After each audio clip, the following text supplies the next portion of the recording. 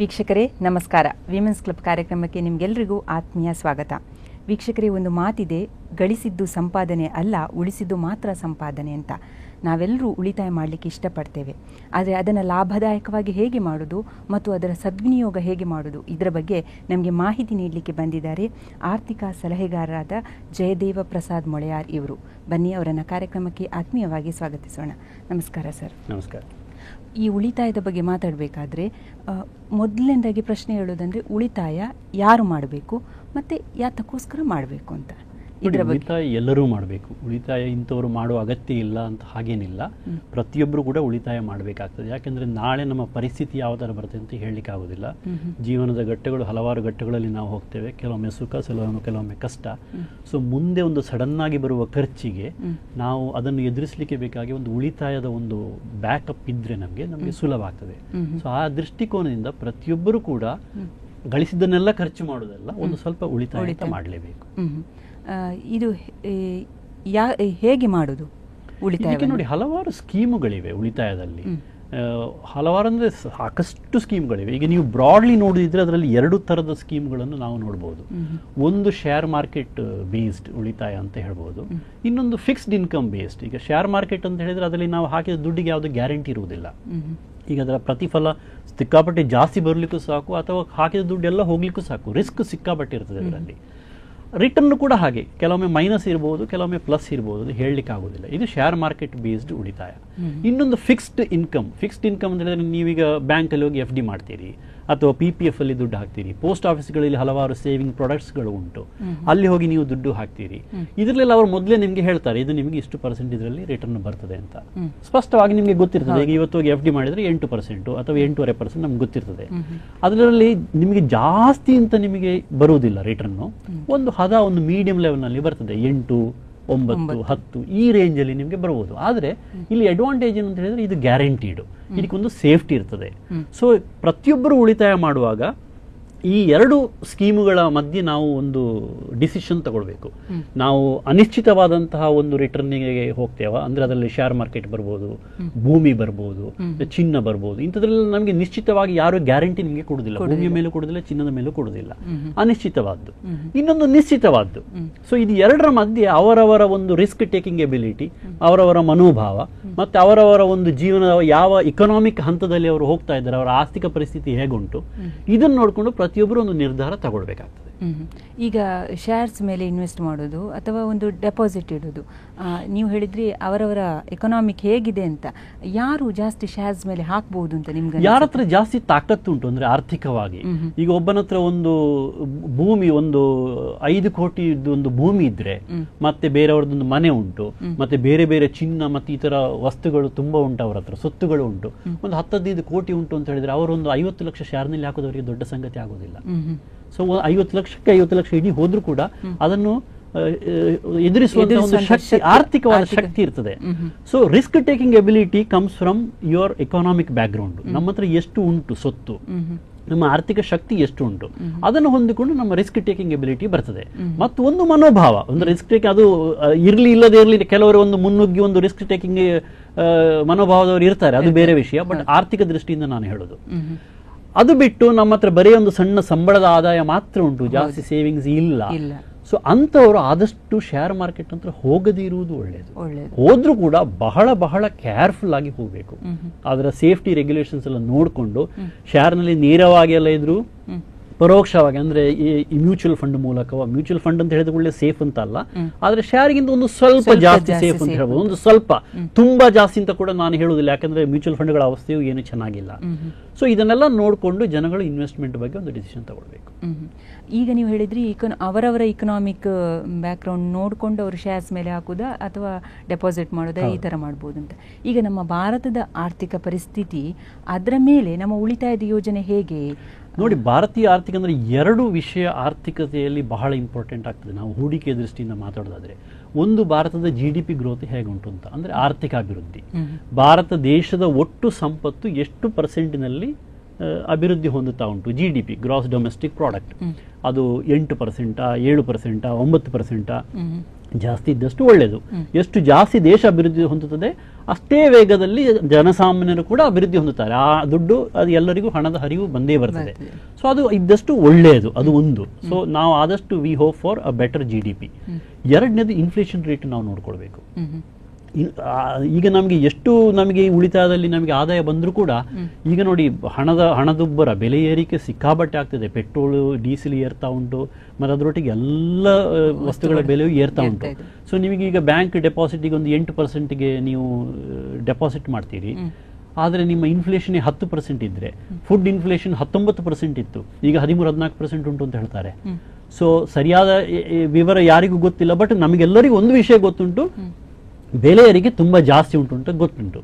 So ಇದು ಭಾರತದ ಆರ್ಥಿಕ ಪರಿಸ್ಥಿತಿ. GDP ಗ್ರೋತ್ ಜಾಸ್ತಿ ಇರಬೇಕು, ಇನ್ಫ್ಲೇಷನ್ ಆದಷ್ಟು ಕಡಿಮೆ ಇರಬೇಕು. ಇದು ಈ ತರ ಇಲ್ಲದಿದ್ರೆ ಇದು ನಮ್ಮ ಹೂಡಿಕೆ ಮೇಲೆ ಪರಿಣಾಮ ಬೀರ್ತದೆ. ಸೊ ಇದನ್ನು ನಾವು ಯಾವತ್ತೂ ಗಮನದಲ್ಲಿ ಇಟ್ಟುಕೊಳ್ಬೇಕು. ಇದನ್ನು ಹೇಗೆ ತಿಳ್ಕೊಳ್ಳೋದು ಸರ್? ಅದು ಯಾವುದರ ಮೂಲಕ ನಮ್ಗೆ ಗೊತ್ತಾಗ್ತದೆ GDP ಗ್ರೋತ್ ಹೇಗಿದೆ? ಡೈಲಿ ನ್ಯೂಸ್ ಪೇಪರ್ನಲ್ಲಿ ನಮ್ಗೆ ಯಾವತ್ತು ಬರ್ತದೆ. ಪೇಪರ್ ಓದಿಕೊಂಡಿರುವವರು, TV ನೋಡುವವರಿಗೆ ನಮ್ಮ GDP ಗ್ರೋತ್ ಹೇಗೆ ಉಂಟು, ಇನ್ಫ್ಲೇಷನ್ ರೇಟ್ ಹೇಗೆ ಉಂಟು, ಇದು ಸಾಧಾರಣ ಪ್ರತಿ ತಿಂಗಳು ಇದು ಇನ್ಫ್ಲೇಷನ್ ರೇಟ್ ಅನೌನ್ಸ್ ಆಗ್ತದೆ. GDP ಪ್ರತಿ ಕ್ವಾರ್ಟರ್ ನಮಗೆ ಅದರದ್ದು ಇಂಡಿಕೇಶನ್ ಸಿಗ್ತದೆ. ಪೇಪರ್ ಮತ್ತೆ TV ನೋಡಿಕೊಂಡಿರುವವರಿಗೆ ಇದು ಗೊತ್ತಾಗ್ತದೆ. ಈಗ ಉಳಿತಾಯ ಮಾಡುವಂತಹ ಜನಸಾಮಾನ್ಯರು ಇದನ್ನ ಎಷ್ಟರ ಮಟ್ಟಿಗೆ ತಿಳ್ಕೊಂಡಿರ್ತಾರೆ ಅಂತ ನಿಮ್ಗೆ ಅನಿಸುತ್ತೆ? ಬಹಳ ಕಡಿಮೆ ಜನರು ನಮ್ಮಲ್ಲಿ ಭಾರತದಲ್ಲಿ ಹೇಗೆಂದ್ರೆ ಉಳಿತಾಯದ ಬಗ್ಗೆ ಯಾವುದೇ ಚಿಂತನೆ ನಡೆಸುವುದಿಲ್ಲ. ಹೆಚ್ಚಾಗಿ ಅಂದ್ರೆ 99% ಅಂತ ಹೇಳ್ಬೋದು. ಜನರು ಏನ್ ಮಾಡ್ತಾರೆ ಅಂತ ಯಾರೋ ಇನ್ನೊಬ್ರು ಹೇಳಿದ ಮಾತಿನ ಮೇರೆಗೆ, ಅದು ಹೆಚ್ಚಿನ ಸಂದರ್ಭಗಳಲ್ಲಿ ಅದು ಏಜೆಂಟ್ ಇರ್ತಾರೆ, ಕೆಲವೊಮ್ಮೆ ಅವರ ಕುಟುಂಬದವರು ಅಥವಾ ನೆರೆಕರೆಯವರು ಸ್ನೇಹಿತರು ಇರ್ಬೋದು. ಬಟ್ ಹೆಚ್ಚಾಗಿ ಏಜೆಂಟ್ಸ್ ಯಾರು ಇರ್ತಾರೆ, ಸ್ನೇಹಿತರು ಇರ್ತಾರೆ. ಅವ್ರು ಹೇಳ್ತಾರೆ, ನೋಡು ಮಾರ ಇದು ಒಳ್ಳೇದು, ಇದರಲ್ಲಿ ದುಡ್ಡು ಹಾಕು ಅಂತ ಅವ್ರು ಹಾಕಿ ಬಿಡ್ತಾರೆ. ಅದನ್ನು ಯಾವುದನ್ನು ಸ್ಟಡಿ ಮಾಡಲಿಕ್ಕೆ ಹೋಗೋದಿಲ್ಲ. ಇದು ನಮ್ಮಲ್ಲಿರುವ ಅತ್ಯಂತ ದೊಡ್ಡ ಒಂದು ಸಮಸ್ಯೆ. ಎರಡನೇ ಸಮಸ್ಯೆ ಏನು ಅಂತ ಹೇಳಿದ್ರೆ, ಭಾರತದಲ್ಲಿ ಇನ್ವೆಸ್ಟರ್ ಎಜುಕೇಶನ್ ಅಂತ ಇಲ್ಲ. ಯಾವುದೇ ರೀತಿಯಲ್ಲಿ ಇನ್ವೆಸ್ಟರ್ ಎಜುಕೇಶನ್ ಆಗೋದಿಲ್ಲ. ನಿಮಗೆ ಇನ್ವೆಸ್ಟ್ಮೆಂಟ್ ಬಗ್ಗೆ, ಹೂಡಿಕೆಯ ಬಗ್ಗೆ ಯಾವುದೇ ಮಾಹಿತಿ ಬರೋದಿದ್ರು ಅದ ಹೂಡಿಕೆಯಲ್ಲಿ ಇಂಟ್ರೆಸ್ಟ್ ಇರುವ ಪಾರ್ಟಿಯಿಂದಲೇ ಬರುವಂತದ್ದು. ಅಂದ್ರೆ ನಿಮಗೆ ಶೇರ್ನ ಬಗ್ಗೆ ನಿಮಗೆ ಎಜುಕೇಶನ್ ಕೊಡುವವರು ಶೇರ್ ಬ್ರೋಕರ್ಸ್, ಇನ್ಶೂರೆನ್ಸ್ ಬಗ್ಗೆ ನಿಮಗೆ ಎಜುಕೇಶನ್ ಕೊಡುವವರು ಇನ್ಶೂರೆನ್ಸ್ ಏಜೆಂಟ್ಸ್, ಮ್ಯೂಚುವಲ್ ಫಂಡ್ ಒಳ್ಳೇದು ಅದನ್ನು ನೀವು ದುಡ್ಡು ಹಾಕಿ ಅಂತ ಹೇಳೋದು ಮ್ಯೂಚುವಲ್ ಫಂಡ್ ಏಜೆಂಟ್ಸ್. ಸೊ ಅವರೆಲ್ಲರಿಗೂ ಆ ಬಿಸಿನೆಸ್ ನಲ್ಲಿ ಅವರಿಗೊಂದು ಆಸಕ್ತಿ ಇರ್ತದೆ. They are interested party. So interested ಪಾರ್ಟಿಯಿಂದ ಬರುವಂತಹ ಎಜುಕೇಶನ್ ಅದು ಎಷ್ಟರ ಮಟ್ಟಿಗೆ ಮೌಲ್ಯಾಧಾರಿತವಾಗಿರ್ಬೋದು ಅದನ್ನು ನಾವು ಆಲೋಚನೆ ಮಾಡಬೇಕು. ಸರ್ಕಾರದ ವತಿಯಿಂದ ಅವರು ಮಾತಾಡ್ತಾರೆ ಹೊರತು ಎಲ್ಲಿ ಕೂಡ ಒಂದು ಸರಿಯಾದ ನೈಜವಾದಂತಹ ಒಂದು ಎಜುಕೇಶನ್ ಮನುಷ್ಯರಿಗೆ ಸಿಗುವುದಿಲ್ಲ. ಇದೊಂದು ದೊಡ್ಡ ಸಮಸ್ಯೆ. ಇದೀಗ ನಾನು ಕೂಡ ನನ್ನ ಕಾಲಮ್ ನೀವು ನೋಡಿರ್ಬೋದು, ಈಗ ಕಾಸು ಕುಡಿಕೆ ಅಂತ ನಾವೀಗ ಉದಯವಾಣಿಯವರು ನಾವು ಸೇರಿ ಇದೊಂದು ಎಜುಕೇಶನ್ ಬೇಕು ಮನುಷ್ಯರಿಗೆ. ಅಂದ್ರೆ it should come from a party who is not interested in this. ಅಂದ್ರೆ ಒಂದು ನಿಷ್ಪಕ್ಷಪಾತವಾದ ಒಂದು ಪಾರ್ಟಿಯಿಂದ. ಈಗ ನಾನು ಶೇರು ಅಥವಾ ಯಾವುದೇ ಒಂದು ಇನ್ವೆಸ್ಟ್ಮೆಂಟ್ ಹೂಡಿಕೆಯಲ್ಲಿ ನನಗೆ ಡೈರೆಕ್ಟ್ ಲಿಂಕ್ ಇಲ್ಲ. ಅಂದ್ರೆ ನನ್ನ ಆದಾಯ, ನನ್ನ ವೃತ್ತಿ ಅದರಿಂದ ಸಂಪೂರ್ಣವಾಗಿ ಬೇರೆ ಇರುವಂತದ್ದು, ನನಗೆ ಅದರಲ್ಲಿ ಯಾವುದೇ ಆಸಕ್ತಿ ಇಲ್ಲ. ಆದ್ರೆ ನನಗೆ ಅದಕ್ಕೆ ಬೇಕಾದಂತಹ ಒಂದು ಕ್ವಾಲಿಫಿಕೇಶನ್, ಅದಕ್ಕಿರುವ ಎಜುಕೇಶನ್ ಮತ್ತು ಅದಕ್ಕಿರುವ ಮನೋಸ್ಥಿತಿ, ನನಗೆ ಆ ಒಂದು ಎಬಿಲಿಟಿ ಇರುವ ಕಾರಣ ನಾನು ಅದರ ಒಂದು ಅನಲಿಸ್ಟ್ ಆಗಿ ಅದನ್ನು ಆ ತರ ಒಂದು 2 ವರ್ಷದಿಂದ ಬರಿತಾ ಇದ್ದೇನೆ. ಅಂದ್ರೆ ನೀವು ಕೊಡುವ ಮಾಹಿತಿ ನಿಜವಾಗ್ಲೂ ಸರಿಯಾಗಿರುತ್ತೆ ಅಂತ ಜನರಿಗೆ ನಾನು ಬರೆಯುವುದು ಯಾವತ್ತೂ ಜನಸಾಮಾನ್ಯರ ದೃಷ್ಟಿಕೋನದಿಂದ, ಬೇರೆ ಬೇರೆ ಕಂಪನಿಗಳ ದೃಷ್ಟಿಕೋನದಿಂದ ನಾನು ಬರೆಯುವುದಿಲ್ಲ. ಒಂದು. ಎರಡನೇದು, ನಾನು ಯಾವುದೇ ಫಂಡ್ ಅನ್ನು ಅನಲೈಸ್ ಮಾಡುವುದಿಲ್ಲ. ಆಸ್ ಅ ಪಾಲಿಸಿ ನಾನು ಮಾಡುವುದಿಲ್ಲ. ಮೊದಲಿಂದನೇ ನಾನು ಹೇಳಿದ್ದೇನೆ, ನಾನು ಯಾವುದೇ ಫಂಡ್ ಅನ್ನು ಸ್ಪೆಸಿಫಿಕ್ ಶೇರ್ ಆಗಲಿ, ಸ್ಪೆಸಿಫಿಕ್ ಫಂಡ್ ಆಗಲಿ, ಸ್ಪೆಸಿಫಿಕ್ ಪ್ರಾಡಕ್ಟ್ ಆಗಲಿ ನಾನು ಅದನ್ನು ಅನಲೈಸ್ ಮಾಡುವುದಿಲ್ಲ ಯಾವುದೇ ಕಂಪನಿದ್ದು. ಯಾಕೆಂದ್ರೆ ಮತ್ತೆ ಅದು ಪ್ರಶ್ನೆ ಬರ್ತದೆ, ಇವ ಅಲ್ಲಿಂದ ಕಮಿಷನ್ ತಗೊಂಡಿದ್ದಾನೋ, ಇವರು ಹೇಳಿದ್ದು ಸರಿ ಉಂಟಾ, ಅದನ್ನು ಹೊಗಳಿದ್ದಾರೆ, ಇದನ್ನು ಹೊಗಳಲಿಲ್ಲ, ಇಂಥದೆಲ್ಲ ಪ್ರಶ್ನೆ ನನಗೆ ಅದು ಬೇಡ. ಯಾಕಂದ್ರೆ ನನಗೆ ಅದರಲ್ಲಿ ನಿಜವಾಗಿ ಅದರಲ್ಲಿ ಯಾವುದೇ ಪಾರ್ಶಿಯಾಲಿಟಿ, ಪಕ್ಷಪಾತ ಇಲ್ಲ. ಸೊ ಆದಷ್ಟು ನಿಷ್ಪಕ್ಷಪಾತವಾಗಿ ಇದನ್ನು ಜನರಿಗೆ ಪ್ರೆಸೆಂಟ್ ಮಾಡಬೇಕು ಅಂತ ಆ ತರ ಒಂದು ಕಾಲಮ್ ನಾವು ಶುರು ಮಾಡಿದ್ದೇವೆ. ಸೊ ಈ ತರ ಕೆಲವರಿದ್ದಾರೆ, ಕೆಲವರು ಈ ತರ ಬರೆಯೋರಿದ್ದಾರೆ. ಇಂಥ ನೀವು ಐಡೆಂಟಿಫೈ ಮಾಡಬೇಕು, ಯಾರು ಸರಿ ಹೇಳ್ತಾರೆ, ಸ್ಪಷ್ಟವಾದ ಮಾಹಿತಿ ಯಾರು ಕೊಡ್ತಾರೆ, ಯಾರಿಗೆ ಇದರಲ್ಲಿ ಪಕ್ಷಪಾತ ಇರುವುದಿಲ್ಲ, ಅಂಥದನ್ನು ಆದಷ್ಟು ಫಾಲೋ ಮಾಡಿಕೊಂಡು ಹೋಗೋದು ಒಳ್ಳೆಯದು. ಇಂಥ ಒಂದು ಕೆಲಸವನ್ನ ಸರ್ಕಾರ ಕೂಡ ಮಾಡಬೇಕು ಅಂತ ನಿಮ್ಗೆ ಸರ್ಕಾರ ಮಾಡಬೇಕು. ಇದಕ್ಕೆ ಸರ್ಕಾರದಿಂದ ಸಾಕಷ್ಟು ಫಂಡ್ ಇದೆ. ಈಗ ಈ ನಮ್ಮ ಶ್ರೀ ವೀರಪ್ಪ ಮೊಯ್ಲಿ ಅವರು ಕಾರ್ಪೊರೇಟ್ ಅಫೇರ್ಸ್ ಮಿನಿಸ್ಟರ್ ಆಗಿದ್ದಾರೆ. ಇನ್ವೆಸ್ಟರ್ ಅವೇರ್ನೆಸ್ ಫಂಡ್ ಅಂತ ಇದೆ. ಇದಕ್ಕೆ ಕಂಪನಿಗಳು ದುಡ್ಡು ಕೊಡ್ತವೆ. ಪ್ರತಿ ದೊಡ್ಡ ದೊಡ್ಡ ಕಂಪನಿಗಳು ಕೂಡ ಅವರ ಒಂದು ಟರ್ನ್ ಓವರ್ ಒಂದು ಇಂತಿಷ್ಟು % ಅಂತ ಆ ಫಂಡಿಗೆ ದುಡ್ಡು ಕೊಡಬೇಕು ಅಂತ ಕಾನೂನು ಮಾಡಿ ಅದರಲ್ಲಿ ಸಾಕಷ್ಟು ಹಣ ಸಂಗ್ರಹ ಆಗ್ತದೆ. ಅದರಿಂದ ಕೆಲವು ವರ್ಕ್ಶಾಪ್ಗಳು ಇದೆಲ್ಲ ಮಾಡ್ತಾರೆ, ಮಾಡೋದಿಲ್ಲ ಅಂತೆಲ್ಲ. ಒಂದು 2 ವರ್ಕ್ಶಾಪ್ಗೆ ನಾನು ಹೋಗಿ ಭಾಷಣ ಕೊಟ್ಟು ಬಂದಿದ್ದೇನೆ. ಆದ್ರೆ ಅದು ನನಗೆ ಕಾಣ್ತದೆ ಅದೊಂದು ಗುಣಮಟ್ಟ ಸರಿ ಇಲ್ಲ, ಅದು ಸರಿಯಾಗಿ ಆಗ್ತಾ ಇಲ್ಲ, ಅದನ್ನೊಂದು ಒಳ್ಳೆ ದೃಢವಾಗಿ ಒಂದು ಸರಿಯಾಗಿ ಅದನ್ನು ಮಾಡಬೇಕು ಮತ್ತು ಎಲ್ಲ ಜನಸಾಮಾನ್ಯ ವರ್ಗಕ್ಕೆಲ್ಲ ಅದು ಸಿಗುವ ರೀತಿಯಲ್ಲಿ ಆ ರೀತಿ ಅದು ಮಾಹಿತಿ ತಲುಪುವುದಿಲ್ಲ. ಹೌದು, ಒಂದು ವರ್ಗಕ್ಕೆ ಒಂದು ವಲಯಕ್ಕೆ ಮಾತ್ರ ಅದು ತಲುಪುತ್ತದೆ. ಅದು ಅಲ್ಲ, ಅದು ಸರಿಯಾಗಿ ಅದರ ಅಲ್ಲಿ ಬರುವ ಒಂದು ಸ್ಪೀಕರ್ಸ್ ಮತ್ತೆ ಅವರು ಕೊಡುವಂತಹ ಮಾಹಿತಿ ಅದು ಸರಿಯಾಗಿ it has not been properly designed ಅಂತ ಕಾಣ್ತದೆ ನನಗೆ. ಹೌದು ಸರ್, ನಮ್ಮ ಈ ಕಾರ್ಯಕ್ರಮ ವಿಮೆನ್ಸ್ ಕ್ಲಬ್ ಅನ್ನೋದು ಮಹಿಳೆಯರಿಗೆ ಮತ್ತು ಮಹಿಳೆಯರ ಆಸಕ್ತಿಯ ವಿಷಯದ ಬಗ್ಗೆ ನಾವು ಮಾತನಾಡುವಂಥದ್ದು. ಇವತ್ತು ಈ ಉಳಿತಾಯ ಬಂದಾಗ ಮುಖ್ಯವಾಗಿ ಮಹಿಳೆಯರಲ್ಲೂ ಗೃಹಿಣಿಯರು ಮನೆಯಲ್ಲಿರ್ತಾರೆ, ಅವರಿಗೆ ಯಾವುದೇ ಆದಾಯ ಇರೋದಿಲ್ಲ, ಅಂಥವರು ಉಳಿತಾಯವನ್ನು ಹೇಗೆ ಮಾಡ್ಬೋದು ಅಂತ ಹೇಳ್ತೀರಾ? ನೋಡಿ, ಒಂದು ವಿಷಯ ನಾನು ಫಸ್ಟಿಗೆ ಶುರುವಿಗೆ ಒಂದು ಸ್ಪಷ್ಟಪಡಿಸಲಿಕ್ಕೆ ಇಷ್ಟಪಡ್ತೇನೆ. ಏನು ಅಂತ ಹೇಳಿದರೆ, ಈ ಹೂಡಿಕೆ ಆಗಲಿ ಅಥವಾ ಯಾವುದೇ ವಿಷಯವಾಗಲಿ ಕಂಪನಿಯವರು ನಿಮಗೆ ಇದು ಮಹಿಳೆಯರಿಗೆ ಅಂತ ಹೇಳ್ತಾರೆ ಅಥವಾ ಇದು ಮಕ್ಕಳಿಗೆ. ಈಗ ಮಕ್ಕಳದ್ದು ಇನ್ಶೂರೆನ್ಸ್ ಪಾಲಿಸಿ ತುಂಬಾ ಬರ್ತದೆ, ಚೈಲ್ಡ್ ಪ್ಲಾನ್ ಅಂತ ಬರ್ತದೆ, ಮಹಿಳೆಯರಿಗೆ ಹೂಡಿಕೆ ಅಂತಲೇ ಬರ್ತದೆ. ಸೊ ಅದು ಏನದು ಹೂಡಿಕೆ, ಮಹಿಳೆಯರಿಗೆ ಹೂಡಿಕೆ ಅಂದ್ರೆ ಹೇಗೆ? ಹಣ ಅಂದ್ರೆ ಹಣ ಅಲ್ವಾ, ದುಡ್ಡು, money is money, ಫಂಜಿಬಿಲಿಟಿ of money ಅಂತ ಹೇಳ್ತಾರೆ. ಅದು ಮಹಿಳೆಯರಿಗಾಗೂ ಬೇರೆ ಹಣ, ಪುರುಷರಿಗೆ ಬೇರೆ ಹಣ, ಮಕ್ಕಳಿಗೆ ಬೇರೆ ಹಣ ಅಂತ ಇಲ್ಲಲ್ಲ. ಅದೇ ರೀತಿ ಮಕ್ಕಳ ಇನ್ಶೂರೆನ್ಸ್ ಇಸ್ ಇನ್ಶೂರೆನ್ಸ್. ಅದು ಮಕ್ಕಳಿಗೆ ಈ ಪಾಲಿಸಿ, ಮಹಿಳೆಯರಿಗೆ ಈ ಪಾಲಿಸಿ ಅಂತ ಹೇಳೋದ್ರಲ್ಲಿ ಅರ್ಥ ಇಲ್ಲ. ಏನೋ ಒಂದು ಸಣ್ಣ ಪುಟ್ಟ ವ್ಯತ್ಯಾಸಗಳನ್ನು ಮಾಡ್ತಾರೆ, ಬಟ್ ಮುಖ್ಯವಾಗಿ ಇದೊಂದು ಮಾರ್ಕೆಟಿಂಗ್ ಮಿಕ್ಸ್. ಇದನ್ನು ಮಾರ್ಕೆಟಿಂಗ್ ಮಾಡ್ಲಿಕ್ಕೆ ಬೇಕಾಗಿ ಕಂಪನಿಯವರು ಇದನ್ನು ಬೇರೆ ಬೇರೆ ತರ ಪ್ಯಾಕೇಜ್ ಮಾಡಿ, ಈಗ ಒಂದೇ ಸೋಪು ಅದರಲ್ಲಿ ಬೇರೆ ಬೇರೆ ಅದರ ರ್ಯಾಪರ್ ಚೇಂಜ್ ಆಗ್ತದೆ, ಹೆಸರು ಚೇಂಜ್ ಆಗ್ತದೆ, ಮತ್ತೆ ಚೇಂಜ್ ಆಗುವುದು ಏನು ಅಂತ ಹೇಳಿದ್ರೆ ಅದರ ಬಣ್ಣ ಮತ್ತೆ ಅದರ ಸ್ಮೆಲ್.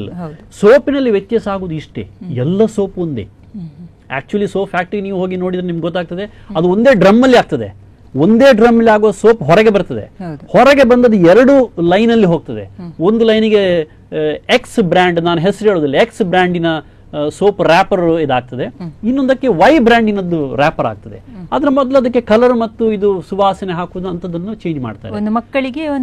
ಒಂದು ಮಕ್ಕಳಿಗೆ ಅಂತ ಹೇಳ್ತಾರೆ, ಒಂದು ಸಿನಿಮಾ ತಾರೆಯರ ಸೌಂದರ್ಯ ಸಾಬೂನು ಅಂತ ಹೇಳ್ತಾರೆ, ಇನ್ನೊಂದು ಪುರುಷರಿಗೆ ಅಂತ ಹೇಳ್ತಾರೆ.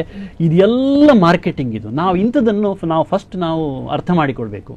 ಈಗ ಮಕ್ಕಳ ಸೋಪ್ ಅಂದ್ರೆ ಅದಕ್ಕೆ ಎಷ್ಟು ಕಾಸ್ಟ್, 3 ಪಾಲು ದುಡ್ಡು ಚಾರ್ಜ್ ಮಾಡ್ತಾರೆ ಅದಕ್ಕೆ. ಅದು ನಿಜವಾಗಿ ಅನಗತ್ಯ. ಅದು ಹೇಳಿದ್ರೆ ಅದು ಎಷ್ಟು ಅಡ್ವರ್ಟೈಸ್ ಮಾಡಿದ್ದಾರೆ ಅಂದ್ರೆ, ಈಗ ಯಾವುದೇ ಒಂದು ತಾಯಂದಿರ ಹತ್ರ ನೀವು ಹೋಗಿದ್ದು ಬೇಡ, ನೀವು ಅವರಿಗೆ ಲೈಫ್ ಬಾಯ್ ಮಕ್ಕಳಿಗೆ ಹಾಕಿದ್ರೆ ಅವ್ರು ಒಪ್ಪುವುದೇ ಇಲ್ಲ. ಅವರನ್ನು ಒಪ್ಪಿಸ್ಲಿಕ್ಕೆ ನಾನು ಎಷ್ಟೋ ಪ್ರಯತ್ನ ಪಟ್ಟಿದ್ದೇನೆ, ಅವ್ರು ಒಪ್ಪಿಸ್ಲಿಕ್ಕೆ ಸಾಧ್ಯ ಇಲ್ಲ. ಸೊ ಆ ಮಟ್ಟಿಗೆ ಅವರು ಮಾಡ್ತಾರೆ.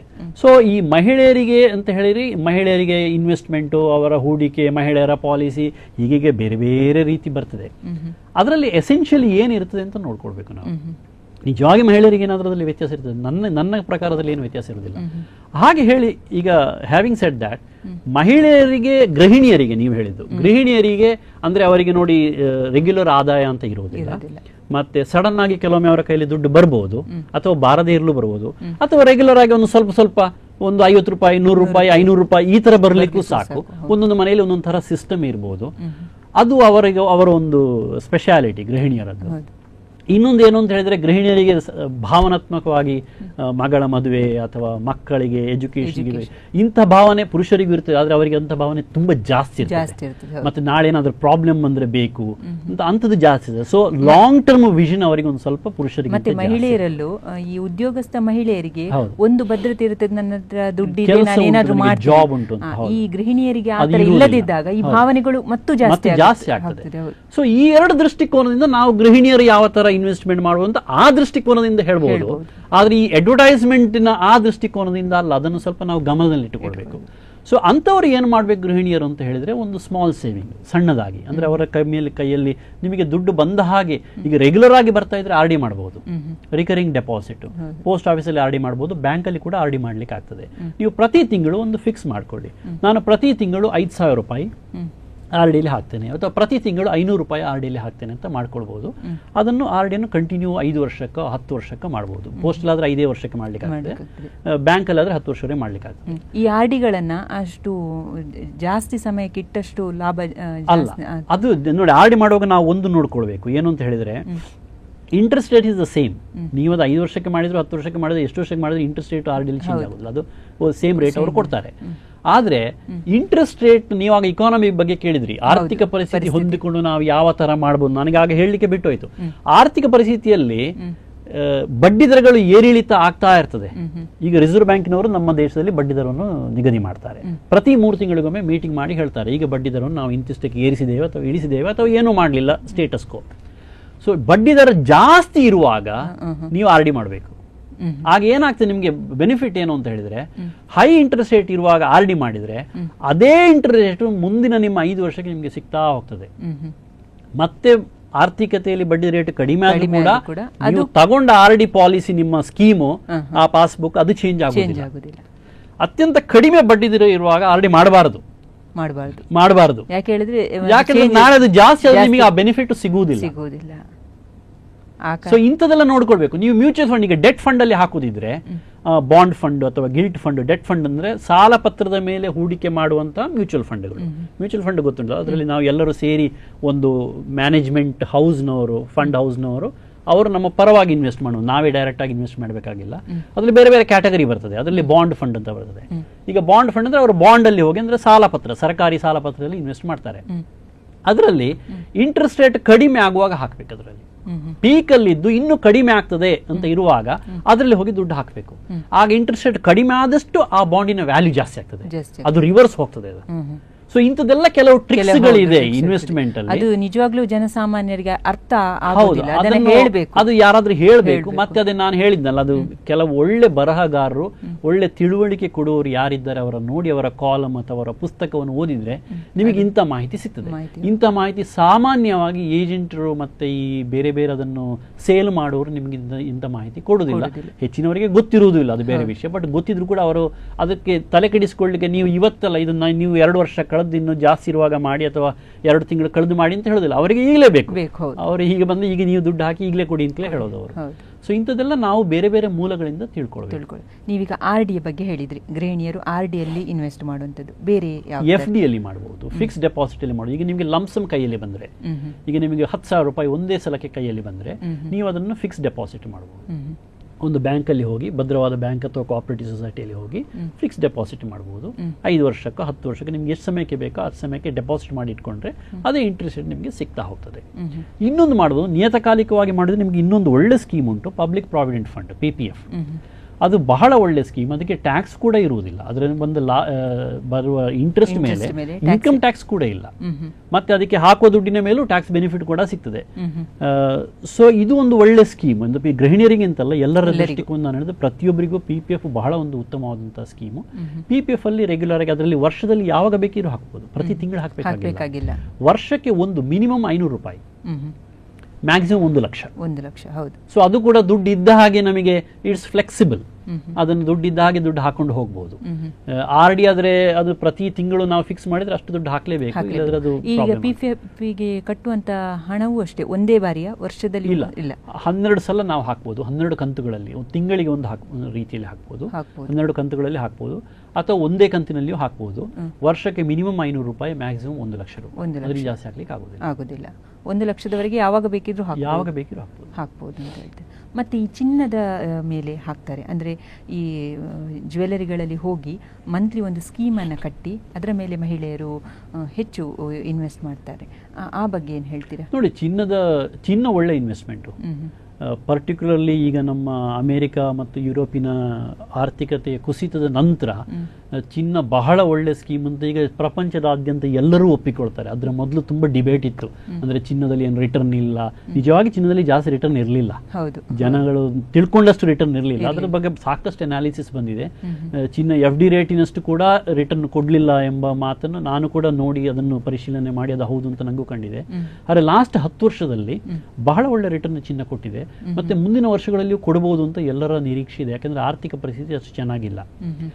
ಈ ಸ್ಕೀಮಿನ ಬಗ್ಗೆ ನೀವು ಕೇಳಿದ್ರಿ, ಇದು ನೀವು ಎಕ್ಸಾಕ್ಟ್ಲಿ ಯಾವ ಸ್ಕೀಮ್ ಹೇಳೋದ್ರ ವಿವರ ಏನು ಅಂತ ನಂಗೆ ಗೊತ್ತಿಲ್ಲ. ಬಟ್ ನಾನ್ ತಿಳ್ಕೊಂಡ ಪ್ರಕಾರ ಪ್ರತಿ ತಿಂಗಳು ಅಲ್ಲಿ ಹೋಗಿ ನಾವು ಒಂದು 5,000 ರೂಪಾಯಿ 10,000 ರೂಪಾಯಿ ಕೊಟ್ರೆ ಅದ್ರ ಒಂದು 12 ತಿಂಗಳಿಂದ ಒಂದು ಸ್ಕೀಮ್ ಮಾಡ್ತಾರೆ. ಆ ತಿಂಗಳಿನ ಎಂಡಿಗೆ ಅವರೊಂದು ಏನೋ ಒಂದು ಸ್ವಲ್ಪ ಅಂಶ ಅವರ ವತಿಯಿಂದ ಕೂಡ ಅವರು ಸೇರಿಸ್ತಾರೆ, ಅದೊಂದು ಬಡ್ಡಿ ರೂಪದಲ್ಲಿ ಸೇರಿಸ್ತಾರೆ. ಸೇರಿಸಿ ಮತ್ತೆ ಆ ಸ್ಕೀಮ್ ಮುಗಿದ ಮೇಲೆ ಅಷ್ಟು ಚಿನ್ನ ನಿಮ್ಗೆ ಅವರು ಕೊಡ್ತಾರೆ. ಈ ತರದ ಸ್ಕೀಮ್ ಇದು ಒಳ್ಳೆಯದು, ಇದರಲ್ಲಿ ಏನು ತೊಂದರೆ ಇಲ್ಲ, ಇದನ್ನು ಖಂಡಿತವಾಗಿ ಮಾಡ್ಕೊಳ್ಬಹುದು. ಅಲ್ಲಿ ಚಿನ್ನದ ಅಂಗಡಿಯವರು ಏನ್ ಮಾಡ್ತಾರೆ ಅಂತ ಹೇಳಿದ್ರೆ, ಪ್ರತಿ ತಿಂಗಳು ನೀವು ದುಡ್ಡು ಬಂದ ಹಾಗೆ ಆ ದಿನದ ರೇಟಿಗೆ ನಿಮ್ಮ ಹೆಸರಿನಲ್ಲಿ ಅಷ್ಟು ಗ್ರಾಮ್ ಚಿನ್ನವನ್ನು ಖರೀದಿಸಿ ಅವರ ಒಂದು ಅಕೌಂಟಿನಲ್ಲಿ ಅವರು ಹಾಕಿರ್ತಾರೆ. ಮತ್ತೆ ಅದನ್ನು ಸೇರಿಸಿ ವರ್ಷದ ಎಂಡಿಗೆ ನಿಮಗೆ ಅದನ್ನೆಲ್ಲ ಸೇರಿಸಿ ಚಿನ್ನವನ್ನು ಫಿಸಿಕಲ್ ಭೌತಿಕ ರೂಪದಲ್ಲಿ ನಿಮಗೆ ಚಿನ್ನವನ್ನು ಕೊಡ್ತಾರೆ. ಇದು ಒಂದು ಒಳ್ಳೆ ಸ್ಕೀಮ್. ಇದು ಅಂಗಡಿಯವರಿಗೂ ಇದರಲ್ಲಿ ಬೆನಿಫಿಟ್ ಉಂಟು, ನಮಿಗೂ ಗ್ರಾಹಕರಿಗೂ ಇದರಲ್ಲಿ ಬೆನಿಫಿಟ್ ಉಂಟು. ಯಾಕಂದ್ರೆ ಒಂದೇ ಸಲ ನಿಮಗೆ 2 ಲಕ್ಷ ರೂಪಾಯಿ ಬೇಕು ಅಂದ್ರೆ ಸಿಗುವುದು ಕಷ್ಟ. ಅದೇ ನೀವು 5,000 10,000 ರೂಪಾಯಿ ತಿಂಗಳು ಸೇರಿಸಿಕೊಂಡು ಹೋದ್ರೆ ಅದು ಸುಲಭ ಆಗ್ತದೆ. ಸೊ ಚಿನ್ನದಲ್ಲಿ ಹೂಡಿಕೆ ಮಾಡುವವರಿಗೆ ಇದೊಂದು ಒಳ್ಳೆ ಸ್ಕೀಮ್. ಸರ್, ನಾವು ಈ ಉಳಿತಾಯದ ಬಗ್ಗೆ ಮತ್ತಷ್ಟು ಮಾತಾಡೋಣ ಒಂದು ಸಣ್ಣ ವಿರಾಮದ ನಂತರ. ವೀಕ್ಷಕರೇ, ಈಗ ವಿಮೆನ್ಸ್ ಕ್ಲಬ್ನಲ್ಲಿ ಒಂದು ವಿರಾಮ.